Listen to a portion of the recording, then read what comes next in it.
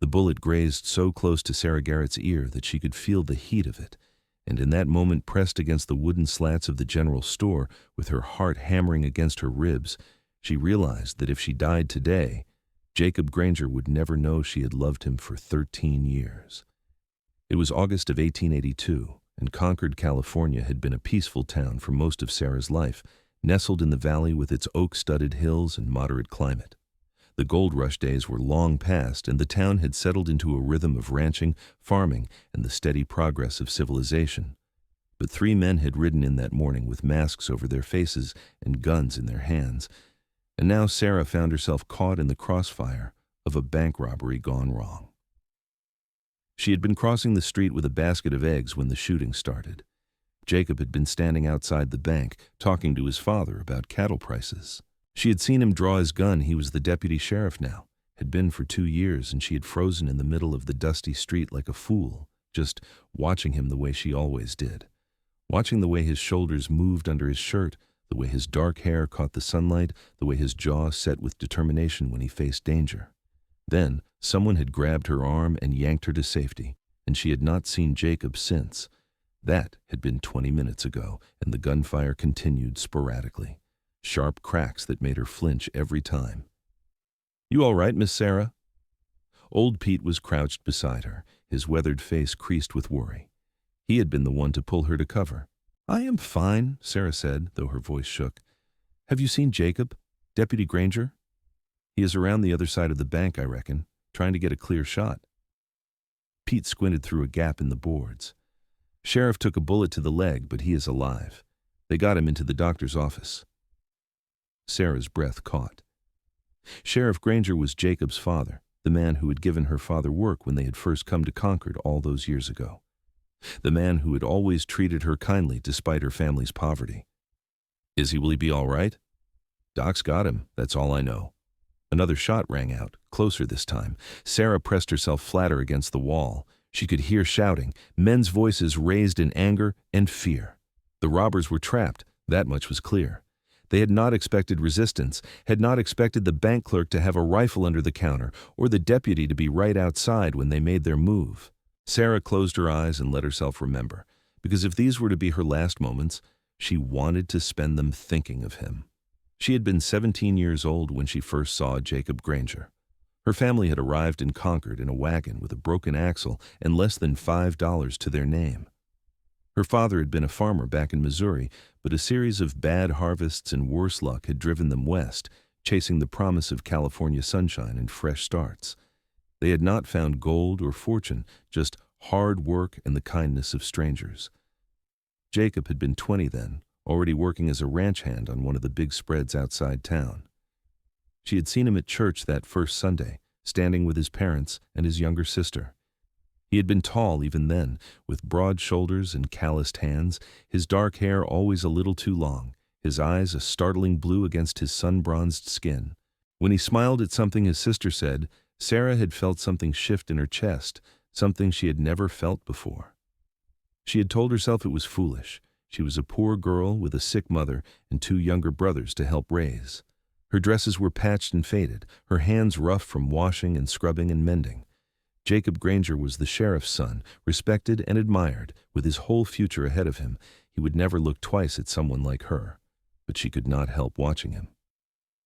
Over the years, as her family struggled and scraped by, as her mother's health failed and finally gave out when Sarah was 21, as she took on more and more responsibility for keeping her family afloat, she watched Jacob Granger grow from a young ranch hand into a man. He became known for his honesty and his courage, for his quick smile and his steady nature. Women noticed him, of course they did, but he never seemed to settle on anyone in particular. He would dance with the pretty girls at socials, would escort them to church picnics, but nothing ever came of it. Sarah told herself it did not matter. She had no time for courting anyway, not with her father's health declining and her brothers needing her. She took in sewing and laundry, worked at the general store when they needed extra help, did whatever she could to keep food on the table. The years passed and she grew from 17 to 20 to 25, and still she loved Jacob Granger from afar, a secret she kept locked in her heart like a precious, painful treasure. Then, 2 years ago, when she was 28 and beginning to accept that she would be a spinster all her life. Something had changed. Jacob had been made deputy sheriff, and he had started coming into the general store more often. At first, Sarah thought it was just part of his duties, checking on the merchants and making sure everything was peaceful. But then she noticed he always seemed to come when she was working. He would buy things he did not need: extra cartridges when he had just bought a box the week before, a new kerchief when he had several already. He would linger at the counter, making conversation, asking about her father and brothers. "Your daddy feeling any better, Miss Sarah?" he had asked one day, his blue eyes warm with genuine concern. "Some days are better than others," she had replied, folding his purchases into brown paper with practiced efficiency. "But he is managing. Thank you for asking, Deputy Granger." "I wish you would call me Jacob," he had said, and there was something in his voice that made her look up sharply. "We have known each other a long time now." "That would not be proper," she had said, even though her heart was racing. "Maybe not," he had agreed, but he smiled at her, and that smile had stayed with her for days afterward. Still, she had not let herself hope. Hope was dangerous. Hope could break your heart worse than resignation ever could. So she had continued her life as before, working and caring for her family, watching Jacob from a distance even as he seemed to draw closer. And now she was 30 years old, and she had spent 13 years loving a man who might die today without ever knowing how she felt. The shooting had stopped. Sarah realized it suddenly, the absence of sound almost as startling as the gunfire had been. She and old Pete exchanged glances, and she could see her own tension reflected in his face. What did silence mean? Was it over? Were the robbers dead or captured? Was Jacob, "Everyone hold your positions"? That was Jacob's voice, strong and commanding, and Sarah nearly sobbed with relief. "You three in the bank, throw out your weapons and come out with your hands up. There is nowhere for you to go." There was a long pause, and then Sarah heard a man's voice, rough and desperate. "We got hostages in here. You try anything and they die." Sarah's stomach clenched. She knew who worked at the bank. Mr. Peterson, the manager, who had 2 small children. Young Timothy Marsh, who was just 18 and had started as a clerk only last month. Mrs. Chen, who kept the books and sent money back to her family in San Francisco. "Nobody needs to die today," Jacob called back. "Let the hostages go and we can talk about this." "There is nothing to talk about. We are leaving and we are taking them with us. You try to stop us and we start shooting." Old Pete swore under his breath. "This is going to go bad," he muttered.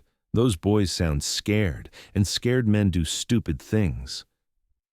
Sarah's mind was racing. She could not just crouch here and do nothing. She knew the bank building everyone in Concord did.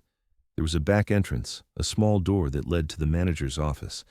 It was kept locked, but Sarah knew where Mr. Peterson hid the key, because she had helped his wife organize a surprise party for him last year and had needed to sneak in to decorate. It was a foolish idea. It was dangerous and reckless, and if her father knew what she was thinking, he would forbid it absolutely. But Sarah had spent 13 years being careful and practical and sensible. And where had it gotten her? She was 30 years old, and she had never taken a single risk for the things she wanted.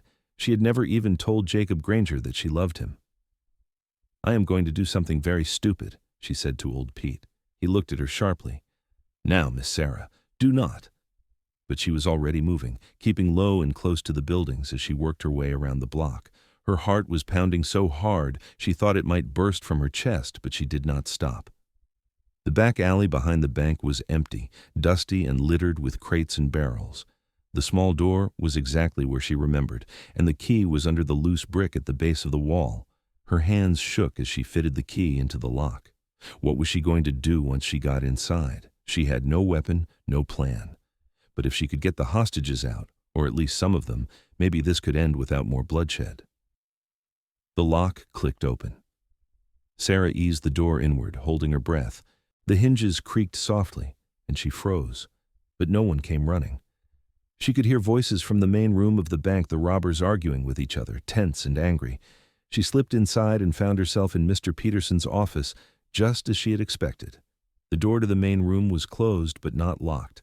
Sarah crept toward it and pressed her ear against the wood. She could hear more clearly now 3 distinct male voices, all strangers. One of them sounded very young, almost a boy. "We should have just shot our way out when we had the chance."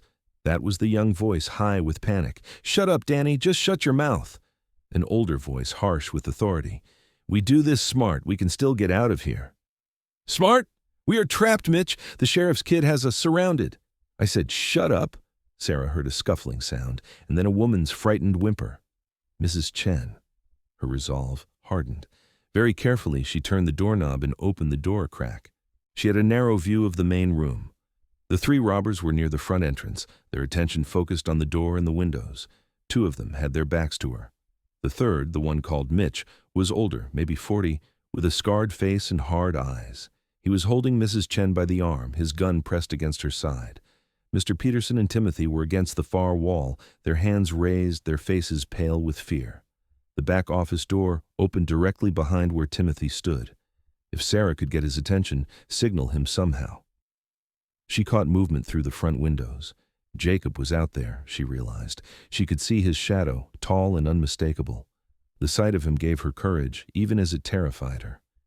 If shooting started and she was caught in the middle, no. She could not think about that. Sarah opened the door a little wider and waved her hand, trying to catch Timothy's eye without alerting the robbers. For several agonizing seconds, nothing happened. Then, Timothy's gaze flickered toward her, and his eyes went wide with shock.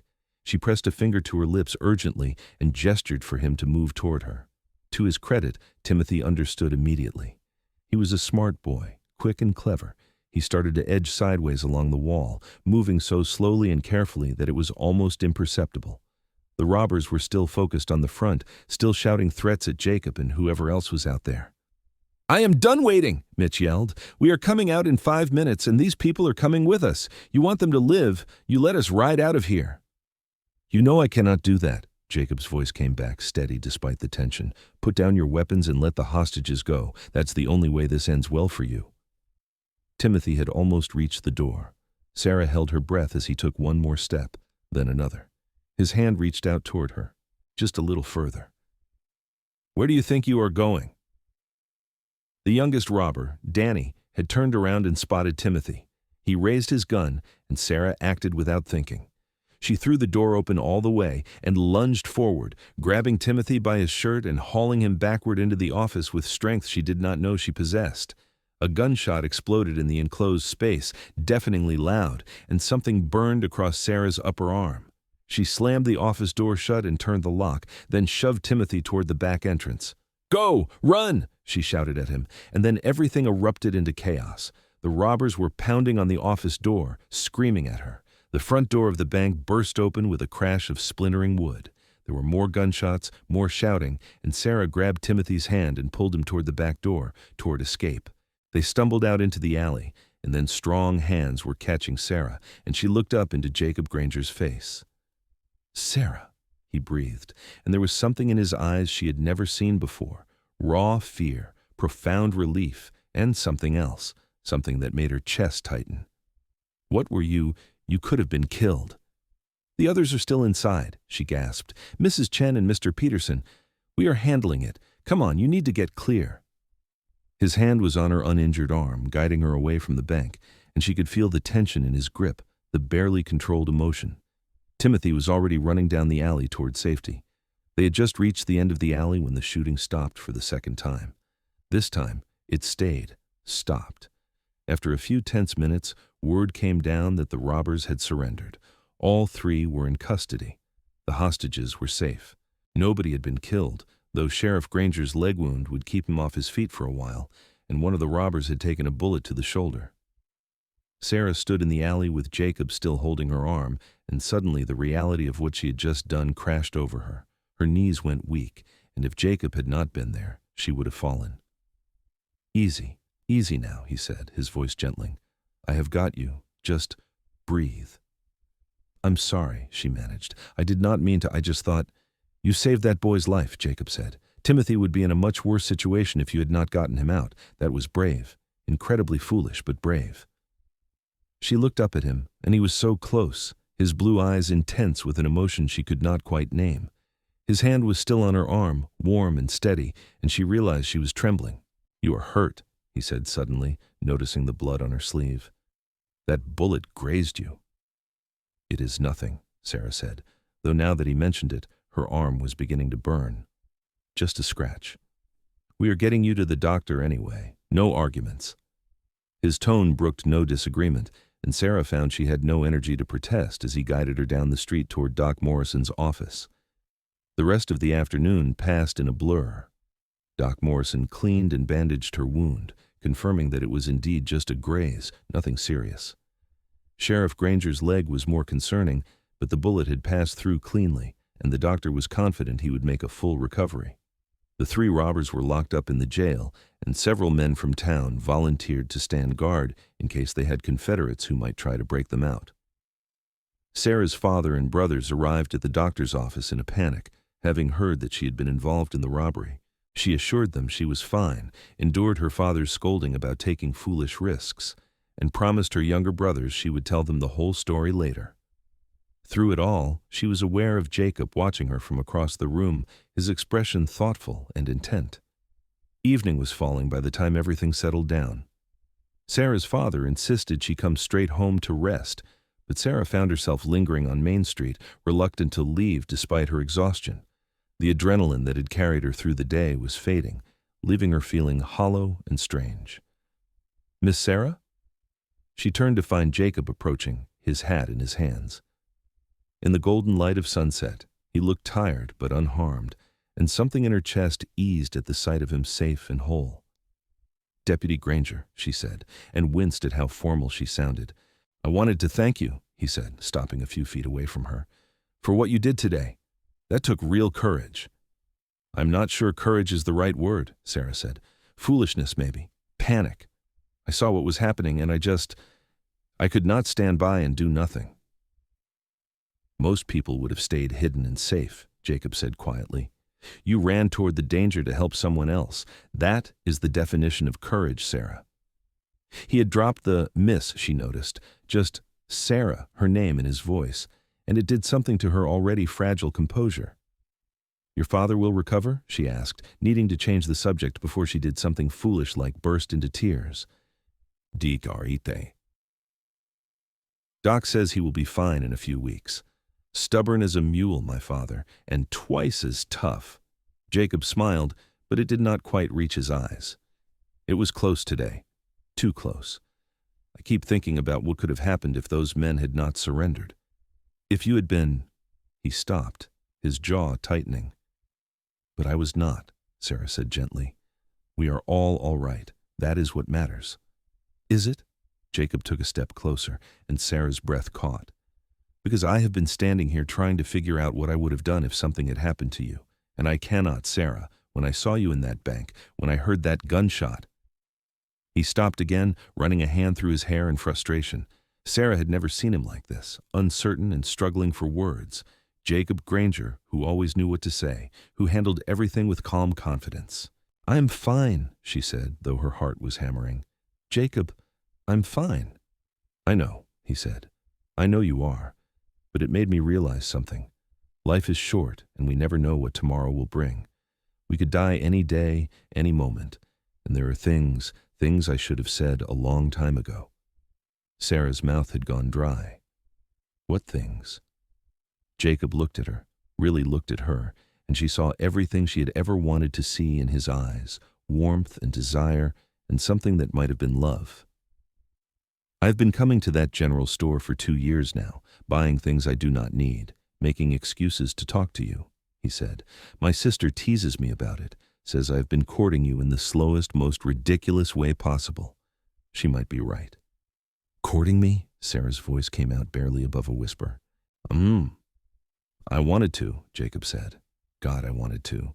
But you always seemed so untouchable, like you had built walls around yourself. I was never sure if you were just being polite or if you actually wanted me around. And then today, when I thought I might lose you before I ever got the chance to tell you—" "Tell me what?" Sarah asked, and she was trembling again, but not from fear or shock this time. Jacob closed the distance between them, and suddenly he was right there, close enough that she could see the flecks of gray in his blue eyes, the faint scar on his chin from some long-ago accident. "That I have been half in love with you for 2 years," he said.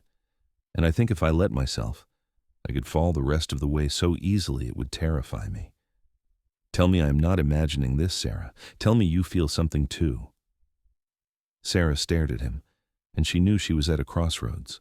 She could deflect, could laugh it off, could protect her heart the way she had been protecting it for 13 years, or she could take the biggest risk of her life and tell him the truth. The memory of that bullet passing her ear was still fresh. The knowledge that life was fragile and uncertain, that tomorrow was promised to no one. If not now, when? 2 years? She said, and she could not keep the tremor from her voice. "You have loved me for 2 years?" "Give or take," Jacob said, and there was hope in his eyes now, fragile and bright. "Is that Sarah? Say something, even if it is to tell me I am a fool." "I have loved you since I was 17 years old," Sarah said, and the words came out in a rush, 13 years of secret longing pouring out all at once. "I have loved you for 13 years, Jacob Granger. I have watched you and wanted you and told myself I could never have you for so long that it became a part of who I was. And today, when that bullet passed me by, all I could think was that if I died, you would never know. You would never know that every time you came into that store, it was the best part of my day. You would never know that I thought about you every morning when I woke up, and every night before I slept. You would never know that I loved you, and I could not bear the thought of that." Jacob made a sound that might have been a laugh or a sob, and then his hands were cupping her face, and he was kissing her. Sarah had imagined kissing Jacob Granger approximately 10,000 times over the past 13 years. She'd imagined it would be sweet or gentle or passionate or 100 other things. What she had not imagined was that it would feel like coming home, like finding something she had not even known she was missing. His lips were warm and sure against hers, and when she opened her mouth to him, when he pulled her closer and deepened the kiss, she felt like she might fly apart from the sheer intensity of it. When they finally broke apart, both breathing hard, Jacob rested his forehead against hers and laughed a breathless, joyous sound. 13 years, he said. "Sarah, we have wasted so much time." "I know," she said, and she was laughing too, giddy with relief and happiness. "I know, I'm sorry, I should have—" "No," Jacob interrupted, pulling back to look at her seriously. "No, I'm sorry. I'm the one who should have been brave enough to tell you sooner. I should have courted you properly, should have made my intentions clear instead of just buying ribbon I did not need and hoping you would figure it out." "You bought a lot of ribbon," Sarah agreed, and Jacob grinned. "I have so much ribbon at home, my sister wants to open a sewing shop," he said. "Sarah Garrett, I'm going to court you properly now. I'm going to call on you and take you to church socials and dances, and I'm going to tell everyone in this town that you are mine, if you will have me." "I will have you," Sarah said, and kissed him again, because she could now, because he was hers and she was his, and 13 years of waiting had finally come to an end. Over the next weeks, Concord buzzed with gossip about the bank robbery and its aftermath, but even more than that, people talked about Deputy Granger and Sarah Garrett. It seemed that everyone had an opinion about their courtship. Some thought it was wonderful, some thought it had been obvious for years, and some were just surprised that the quiet laundry girl had captured the heart of the town's most eligible bachelor. Sarah found she did not care what people thought. For the first time in her life, she was not worried about propriety or what others might say. Jacob came to call on her 3 times a week, and on Sundays he sat with her and her family at church, his shoulder pressed against hers, his hand finding hers when no one was looking. They went on picnics in the oak-covered hills outside town, where Jacob told her about his dreams of eventually becoming sheriff like his father, of building a real house instead of living in the small cabin behind his parents' place. Sarah told him about the years she had spent watching him, about the secret joy she had taken in their brief conversations, about how she had nearly given up hope of ever being more than a friend to him. "I wish I had known," Jacob said one afternoon as they sat beneath a sprawling oak tree, Sarah's head resting on his shoulder. "I wish I had been brave enough to say something sooner." "We are here now," Sarah said. "That is what matters." Sheriff Granger's leg healed slowly but steadily, and he was back on his feet within a month, though he walked with a slight limp that the doctor said might never fully go away. He approved of Jacob's courtship of Sarah, as did Jacob's mother and sister. They welcomed her into their family with warmth and affection that sometimes made Sarah want to cry, because she had not realized how much she had missed having a mother figure in her life. Sarah's father was more cautious. He liked Jacob well enough, but he worried about Sarah, about what would happen to him and her brothers if she married and left them. It was Sarah's oldest brother, William, who finally set things right. "Papa, Sarah has been taking care of us her whole life," William said one evening at dinner, while Sarah was out walking with Jacob. "She deserves to be happy, and besides, I am 21 now. I can take care of you and Mark. We will manage." When Sarah came home that night, her father pulled her aside and gave her his blessing, and Sarah cried in his arms the way she had not cried since her mother died. Jacob proposed to her on a clear October evening, 3 months after the bank robbery. They were standing on the hill overlooking Concord, watching the sun set over the valley, painting everything gold and red and purple. He got down on one knee in the grass and pulled out a ring, a simple gold band with a small diamond that caught the fading light. "I have been thinking about what to say for weeks now," he told her, his voice rough with emotion. "I have rehearsed speeches and tried to come up with something romantic and memorable. But the truth is simple, Sarah. I love you. I have loved you from the moment I realized what love could be, and I will love you until the day I die. Will you marry me?" Sarah pulled him to his feet and kissed him hard, and when she pulled back she was crying and laughing at the same time. "Yes," she said. "Yes, Jacob, of course I will marry you." They were married in January of 1883, on a cold, clear day when the hills were green from winter rains. The church was packed with people, because it seemed like everyone in Concord wanted to witness the wedding of the deputy sheriff and the laundry girl who had become a local hero. Sarah wore a dress of cream-colored silk that Jacob's mother had helped her make, and she carried a bouquet of wildflowers that Jacob had ridden out at dawn to pick for her. When Jacob lifted her veil and kissed her as his wife, Sarah felt like her heart might burst from happiness. 13 years of secret love, of watching from afar, of thinking she could never have this. And now, here she was, married to the man she had always loved, starting a new life as Mrs. Sarah Granger. They spent their first night together in the small house Jacob had been building for the past 2 months, with help from his father and brothers and half the men in town. It was not large or fancy, but it was theirs, and when Jacob carried her over the threshold, Sarah could not stop smiling. "Welcome home, Mrs. Granger," Jacob said, setting her down gently in the front room. "Mrs. Granger," Sarah repeated, testing out the sound of it. "I do not think I will ever get used to that." "You have the rest of your life to try," Jacob said, and kissed her. That night he undressed her slowly in the lamplight, his hands gentle and reverent on her skin. Sarah had been nervous about this part, about the physical intimacy that came with marriage. But Jacob was patient and tender, and when he finally made her his wife in truth, it was everything she had secretly hoped for and more. Afterward, they lay tangled together in the sheets, Sarah's head on Jacob's chest, listening to the steady beat of his heart. "I cannot believe you loved me for 13 years and never said anything," Jacob murmured into her hair. "That must have been torture." "It was," Sarah admitted, "but it also taught me patience, and it made this being with you now even sweeter. Was that foolish?" "No," Jacob said, tightening his arms around her. "No, I understand. I think I was afraid too, in my own way. Afraid that you would reject me, that I had misread the signs. Afraid that I was not good enough for you." Sarah propped herself up on one elbow to look at him. "Not good enough for me? Jacob, you are the deputy sheriff. You come from a good family. I was just a laundry girl." "You were never just anything," Jacob said fiercely. "You are the strongest, bravest woman I have ever known. You kept your family together after your mother died. You worked yourself to the bone to make sure your brothers had food and clothes. And then you risked your life to save a hostage during a bank robbery. Sarah, I am the one who is not good enough for you." "Then I suppose we will just have to be not good enough for each other together," Sarah said, and kissed him to end the argument. Their first year of marriage was marked by adjustment and joy in equal measure. Sarah had to learn to run her own household instead of her father's, to cook for 2 instead of 4, to share her life and her space with another person.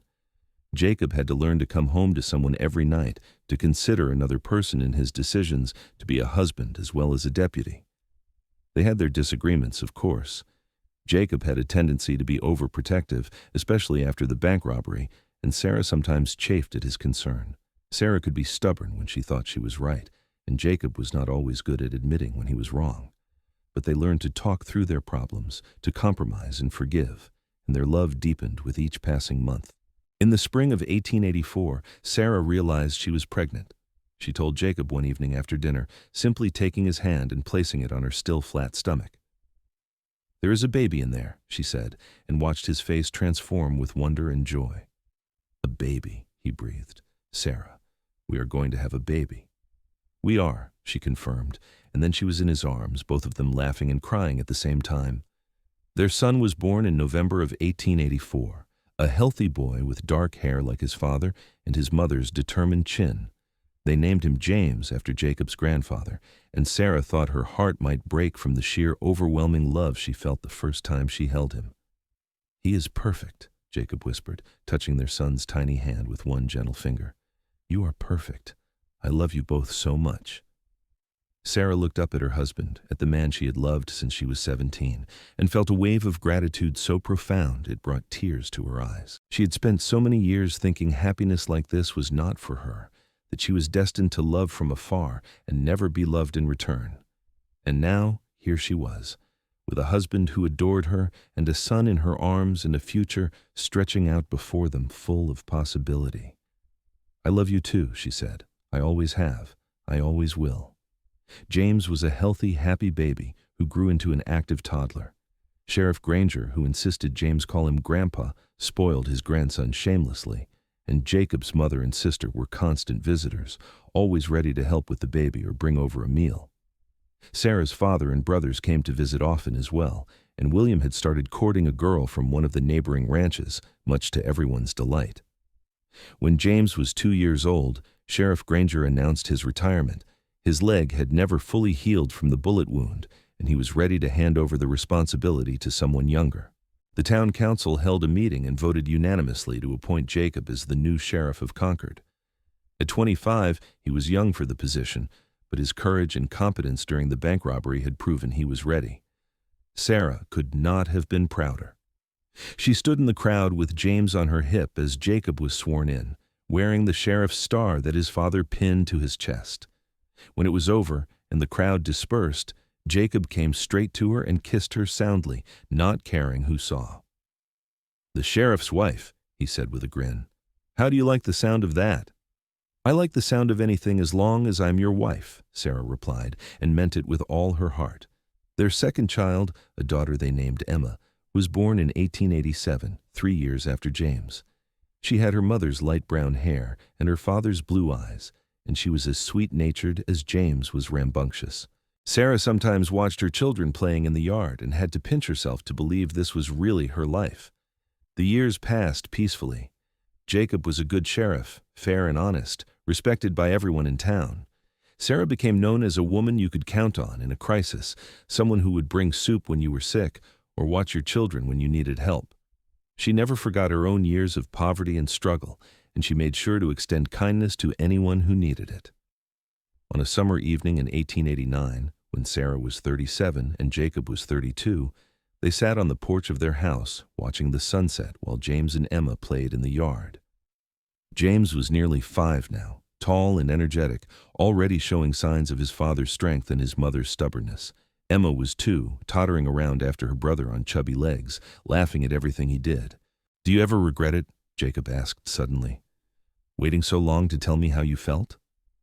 Sarah considered the question. "Sometimes," she admitted.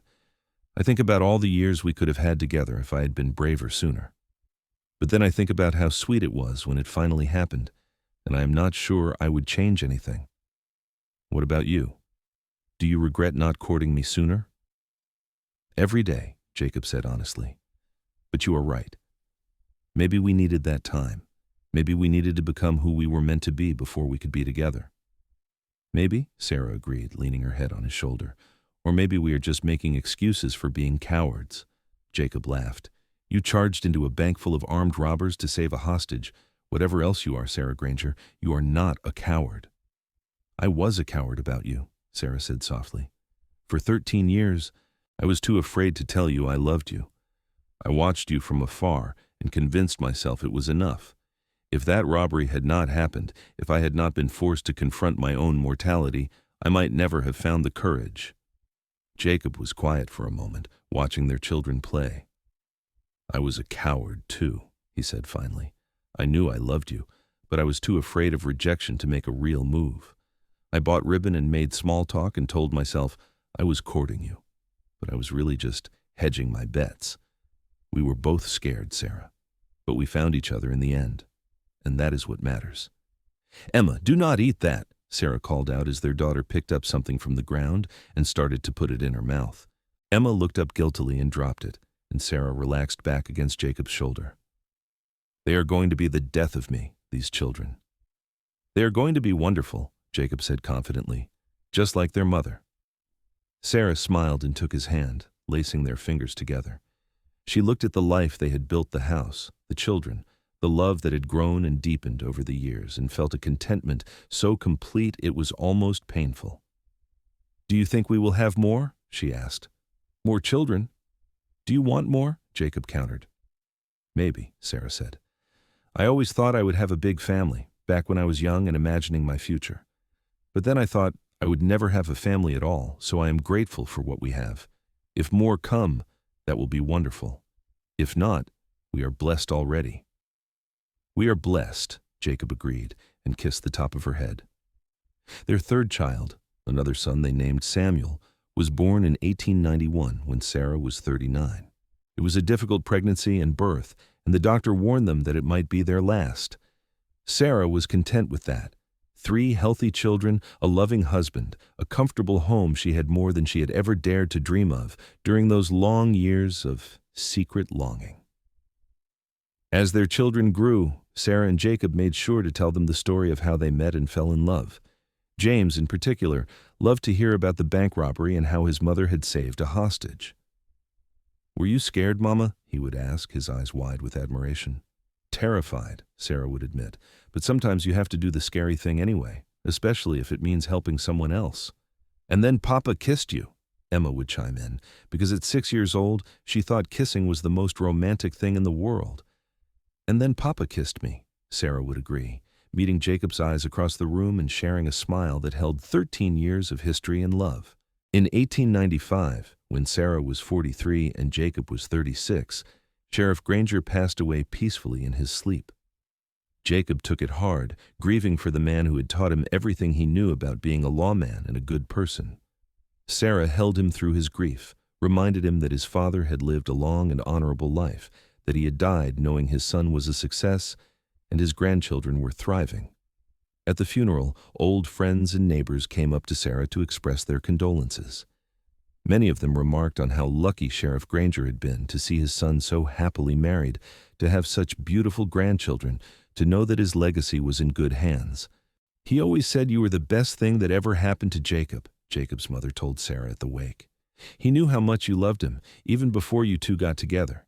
He used to say you looked at Jacob like he hung the moon, and that any woman who looked at his son like that was someone special." Sarah had to excuse herself to cry in private after that, overwhelmed by the knowledge that even her secret love had not been quite as secret as she thought, that Jacob's father had seen and approved and been glad. The years continued to pass, marked by the ordinary joys and sorrows of life. James grew into a young man much like his father, strong and honest and brave. He started courting the blacksmith's daughter when he was 18, and they married when he was 20. Emma became a school teacher, beloved by her students for her patience and kindness. Samuel showed an early aptitude for horses and started working at the livery stable when he was 14, eventually buying it when the owner retired. Sarah and Jacob grew older together, their hair graying, their faces lining with age and laughter and love. Jacob retired from being sheriff when he was 50, deciding it was time for a younger man to take over. They spent their days tending a garden, doting on their grandchildren, sitting on the porch in the evenings watching the sunset just as they had when they were young. On a warm evening in May of 1900, Sarah sat on that porch with Jacob's hand in hers, watching the last light fade from the sky. They were both 51 now, having celebrated their birthdays within a month of each other. Married for 17 years, together for 18, but Sarah still sometimes thought about those 13 years when she had loved him in silence. Do you ever think about it? She asked Jacob, not needing to specify what she meant. After so many years together, they could read each other's thoughts. About how long it took us to get here, Jacob said. All the time. But you know what I think about more? I think about how lucky I am that we did get here eventually. How many people never find this, Sarah? How many people live their whole lives without knowing what we have? Not many, Sarah agreed. We are very lucky. We are, Jacob said, and then he turned to her with that smile she had been in love with since she was 17 years old. Dance with me. What? Sarah laughed. Jacob, there is no music. So? When has that ever stopped us? He stood up and held out his hand, and Sarah took it because she always had and always would. They swayed together on the porch, moving to a rhythm only they could hear, while the stars came out overhead. I love you, Sarah said, the words as easy now as breathing after years of practice. I have loved you since I was 17 years old, and I will love you until the day I die. I love you too, Jacob said, holding her close. Thank you for finally finding the courage to tell me. Thank you for 13 years of secret love and 18 years of this. Thank you for everything, Sarah. They stood there together as the night deepened around them, two people who had almost missed each other, who had almost let fear and doubt keep them apart. But they had found their way to each other in the end, and that was all that mattered. The years that followed were gentle ones. Sarah and Jacob watched their children build their own lives and families. James gave them 4 grandchildren, Emma gave them 3, and Samuel gave them 2. The house was often full of noise and laughter, children running through the rooms that Sarah and Jacob had filled with love. They took walks together every morning, exploring the hills around Concord that they had known all their lives. They attended church on Sundays, surrounded by family and friends. They celebrated birthdays and holidays, mourned losses and rejoiced in victories, lived the rich, full life that Sarah had once thought was beyond her reach. In the summer of 1910, when Sarah was 58 and Jacob was 61, they celebrated their 27th wedding anniversary. Their children and grandchildren gathered at the house for a party, and there was food and music and dancing. Sarah watched Jacob dance with each of their daughters and granddaughters in turn, and her heart was so full she thought it might overflow. Later, after everyone had gone home and they were alone in the quiet house, Jacob pulled her into his arms. 27 years, he marveled, and I still love you more every day. Only 27 years married, Sarah corrected with a smile. But I have loved you for 41 years, since I was 17, remember? How could I forget, Jacob said, and kissed her the way he had that first time after the bank robbery, with passion and tenderness and a love that had only grown stronger with time. They made love that night with the ease and familiarity of long practice, but also with the wonder that never quite faded, the amazement that they had found each other, that they had been given this gift.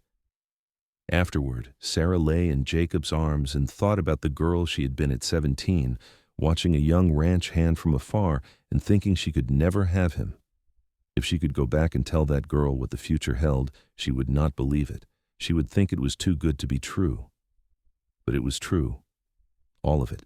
The love, the marriage, the children and grandchildren, and the life they had built together. It was all wonderfully, impossibly, blessedly true. More years passed, and with them came the inevitable challenges of aging. Jacob developed a persistent cough that worried Sarah, though the doctor said his lungs were just weakened from years of breathing in dust. Sarah's joints ached in the mornings, and she moved more slowly than she once had. But they faced these challenges together, just as they had faced everything else. In 1915, the world was changing rapidly around them. There was talk of war in Europe, and new inventions seemed to appear every day. Automobiles were becoming more common, though Concord was still primarily a town of horses and wagons. James had bought one of the newfangled machines, much to his father's bemusement. I do not understand why anyone would want to ride in one of those noisy contraptions when a good horse will get you where you need to go, Jacob grumbled one afternoon. Because it is faster, Papa, James said patiently, having had this conversation many times before. And you do not have to feed it or water it or clean up after it. You have to put gasoline in it, Jacob countered, and when it breaks down, you cannot just whisper in its ear and give it an apple. Sarah laughed at both of them from her rocking chair on the porch. Let the young people have their automobiles, Jacob. We have our horses. Everyone is happy. I suppose, Jacob conceded, though he still eyed the automobile in the yard with suspicion. That evening, after James had driven away in his automobile and the dust had settled, Jacob sat down next to Sarah on the porch. The world is changing, he said quietly. It always has been, Sarah replied. But some things stay the same. We are still here. We still love each other. That has not changed in 45 years, and it never will. Jacob took her hand and kissed it, a gesture that had become habit over their years together. 45 years, he repeated. Sarah, I've been thinking about what you said, about loving me since you were 17. That is most of your life. All the best parts of it, Sarah said. The first 17 years were just preparation for meeting you. You are impossible, Jacob said, but he was smiling. What did I do to deserve you? You existed, Sarah said simply. You were kind and brave and good, and you loved me back. That was all I ever needed. They sat in comfortable silence as the sun set, painting the sky in shades of orange and pink and gold. Sarah thought about all the sunsets they had watched together over the years, all the quiet evenings on this porch, all the moments of peace and contentment that had made up their life. I am grateful, she said suddenly, for all of it, even the 13 years of waiting, because they led me here. To you, to this life, to this moment. I am grateful too, Jacob said, for every moment, every day, every year with you. You are the best thing that ever happened to me, Sarah Granger. And you are the best thing that ever happened to me, Sarah replied, and kissed him as the last light faded from the sky. They celebrated their 30th wedding anniversary in 1913, surrounded by children and grandchildren and even a few great-grandchildren. James's oldest daughter had married young and already had 2 babies of her own, making Sarah and Jacob great-grandparents at 61 and 64. I feel ancient, Jacob joked as he held his great-grandson, a squirming bundle of energy named Thomas. You are ancient, Emma teased from across the room, but you are aging well, Papa. Your mother keeps me young, Jacob said, and Sarah rolled her eyes even as she smiled. I do no such thing. You are stubborn and refuse to act your age, that is all. Same thing, Jacob said, and everyone laughed. The party was a joyous affair, with music and dancing and far too much food. Sarah danced with Jacob, with her sons and grandsons, with anyone who asked. Her feet hurt by the end of the night, and her back ached, but she was happy in a way that transcended physical discomfort. When everyone had finally gone home and she and Jacob were alone, Sarah stood in the middle of their living room and looked around at the evidence of their life together.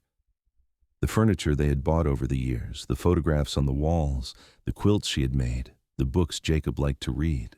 Every object told a story, held a memory. What are you thinking about? Jacob asked, coming up behind her and wrapping his arms around her waist. Everything, Sarah said, all of it. How far we have come, how much we have lived. I was just a scared 17-year-old girl when I first saw you, Jacob.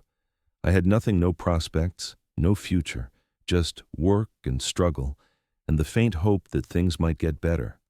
And then you smiled at me in church, and everything changed. I do not remember smiling at you that first day, Jacob admitted. I wish I did. I wish I could remember the moment I first saw the woman I would marry.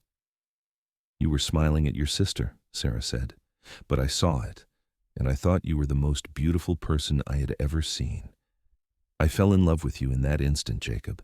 It took me 13 years to tell you, but I loved you from the very first moment.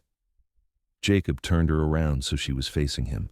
His hair was almost completely gray now, and there were deep lines around his eyes and mouth, but to Sarah, he was as handsome as he had been at 20. I wish I had known, he said, not for the first time. I wish I had not wasted so much time. We did not waste time, Sarah said firmly. We lived our lives, and when we were ready, we found each other. That is not waste. That is fate. Fate, Jacob repeated, testing the word. Maybe you are right. Maybe we were always meant to end up here, together. Maybe all those years of waiting were just the universe making sure we were ready for each other.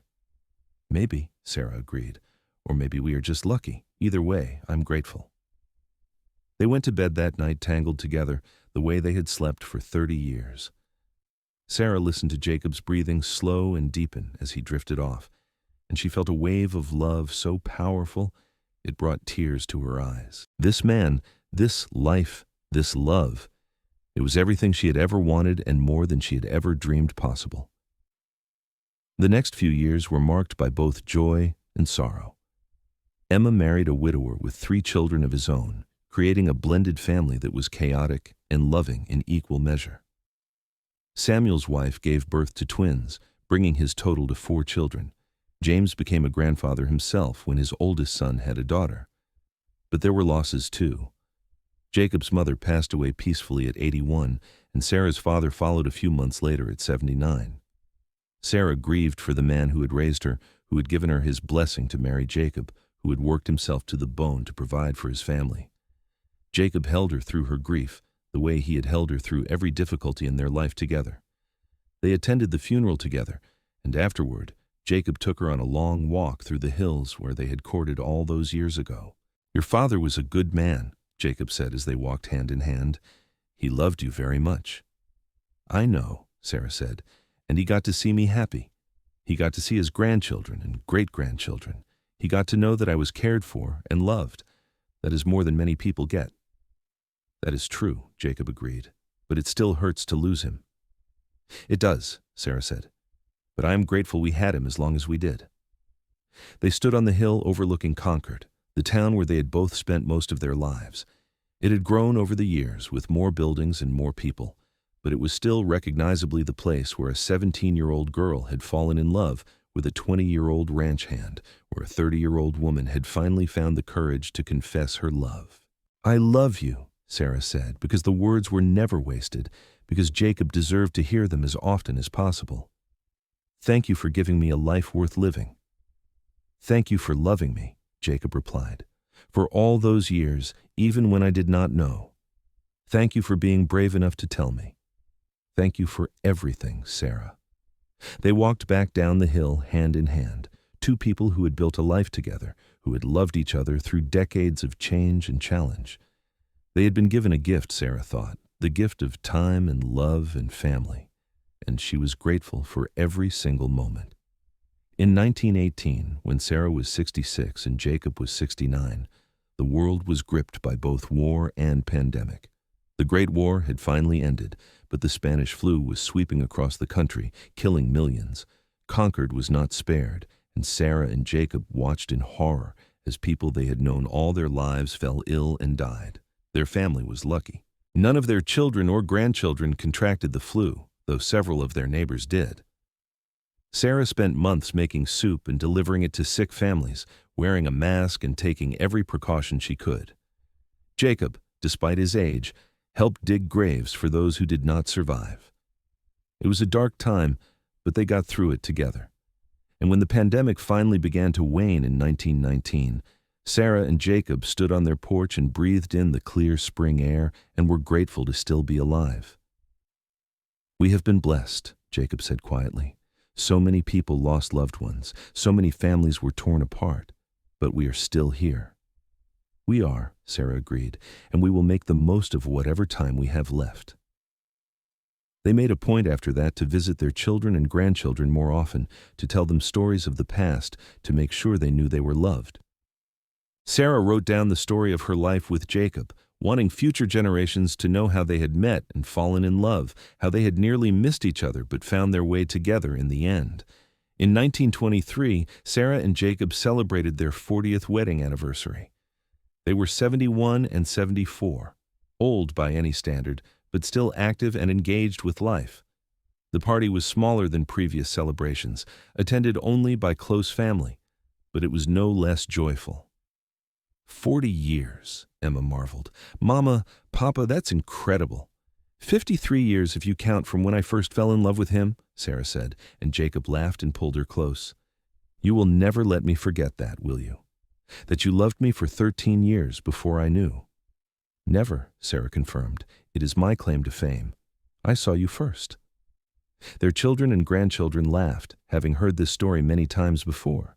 But Sarah never tired of telling it, never tired of remembering that shy 17-year-old girl who had looked at a young man in church and felt her whole world shift. That night, lying in bed with Jacob's arm around her, Sarah felt a profound sense of peace. She had lived a long life, longer than many. She had known love and family and joy. She had taken risks and been rewarded for them. She had been brave when it mattered most.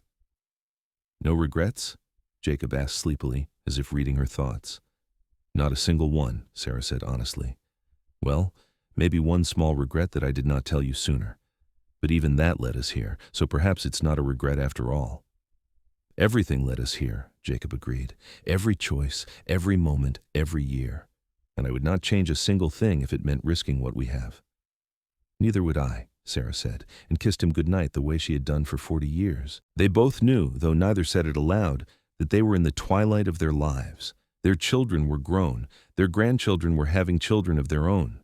They had lived full, rich lives, and the time was coming when they would have to say goodbye. But Sarah found she was not afraid. She had loved and been loved. She had taken her chance at happiness and seized it with both hands. Whatever came next, she was ready. Jacob passed away in his sleep in the summer of 1925, 2 months after his 78th birthday. Sarah woke up that morning to find him still and peaceful beside her, a slight smile on his face, as if he'd been dreaming of something pleasant. The grief was crushing, worse than anything Sarah had ever experienced. Jacob had been the center of her world for 56 years, the answer to every prayer she had made as a young woman. For 42 years, they had been married, building a life together, growing old together. And now he was gone, and Sarah felt like half of herself had been torn away. But even in her grief, she found comfort in the knowledge that she had told him. She had found the courage at 30 to confess her love, and because of that, they had not wasted a single year. They had loved each other openly and fully for 42 years. How many people could say that? How many people got to live the great love story of their lives instead of just dreaming about it? At Jacob's funeral, Sarah stood with her children surrounding her, their support keeping her upright when she felt like she might collapse. She listened to the preacher talk about Jacob's life, his service to the community, his love for his family. And when it was her turn to speak, Sarah walked to the front of the church and told everyone the truth. "I loved him from the moment I saw him," she said, her voice steady despite the tears streaming down her face. "I was 17 years old, and I took one look at Jacob Granger and knew my life would never be the same. It took me 13 years to find the courage to tell him, but when I did, he loved me back. And we had 42 beautiful years together. I will miss him every day for the rest of my life, but I will never regret a single moment. He was the love of my life, and I was blessed beyond measure to be his wife." There was not a dry eye in the church when she finished. Sarah walked back to her seat and her children embraced her, and together they mourned the man they had all loved. Sarah lived for 3 more years after Jacob's death. They were quiet years, spent with her children and grandchildren, tending her garden, writing down more memories of her life with Jacob. She made sure each of her grandchildren had a letter from her, telling them about the importance of courage and love, about seizing chances when they came, about not letting fear hold you back from the things that mattered most. On a warm evening in May of 1928, Sarah sat on her porch watching the sunset, just as she and Jacob had done so many times before. She was 76 years old, and she was tired. Tired in a bone-deep way that spoke of a life fully lived, of a race run to its end. She closed her eyes and thought of Jacob. She thought of that first glimpse of him in church, of 13 years of secret longing, of the bank robbery that had forced her to confront her own mortality. She thought of their first kiss, their wedding day, the birth of their children, all the quiet evenings and ordinary days that had made up their extraordinary life together. "I am ready," she whispered into the twilight. "I am ready to come home to you." Sarah Garrett Granger passed away peacefully that night, a smile on her face, her heart full of love and gratitude for the life she had been given. Her children found her the next morning, and though they grieved, they also celebrated, knowing that their parents were together again. At her funeral, Emma stood up to speak about her mother. She told the story Sarah had written down about the girl who had loved a boy for 13 years before finding the courage to tell him. She talked about the courage it had taken for Sarah to walk into that bank, to risk her life to save another. But most of all, she talked about the courage it had taken to love openly, to make herself vulnerable, to reach for happiness even when it seemed impossible. My mother taught me that courage is not the absence of fear, Emma said. It is acting despite the fear. She was afraid for 13 years that my father would reject her, but she finally told him anyway. And because of that courage, because she took that risk, they had 42 years of the deepest, truest love I have ever witnessed. That is the legacy she left us. Not just the lesson to be brave, but the proof that bravery is worth it. That love is worth it. That taking the risk and telling someone you love them can change your entire life. Sarah was buried next to Jacob in the Concord Cemetery, under an oak tree, much like the ones where they had courted so many years ago. On their shared headstone, their children had inscribed a simple message. She loved him since she was 17. At 30, she found the courage to tell him. Together, they lived a lifetime of love. And in the years that followed, their children and grandchildren and great-grandchildren would tell the story of Sarah and Jacob Granger, the woman who had loved patiently for 13 years and the man who had loved her back with all his heart once he knew. It became a family legend, a reminder that courage and love could overcome any obstacle, that it was never too late to take a chance on happiness, that the bravest thing you could ever do was tell someone you loved them and trust them with your heart.